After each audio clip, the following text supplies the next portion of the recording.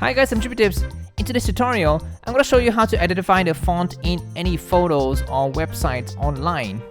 Be sure to read the video description and comment section for updates and other methods. Go to this website, the link is in the video description.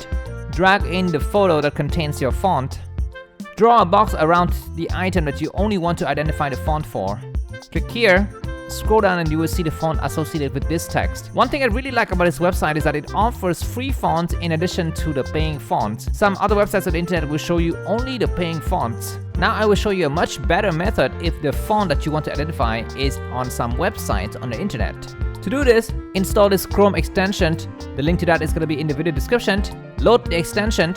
Now go to the website that contains the text that you want to identify the font for. Click on the extension. This extension is going to identify all of the fonts that correspond to the text on the various parts of this website. On some website, you can even just hover the mouse over some text and you're going to be able to see the font associated with that text. That's all for today. If you like this video, feel free to click subscribe. See you soon. Bye bye.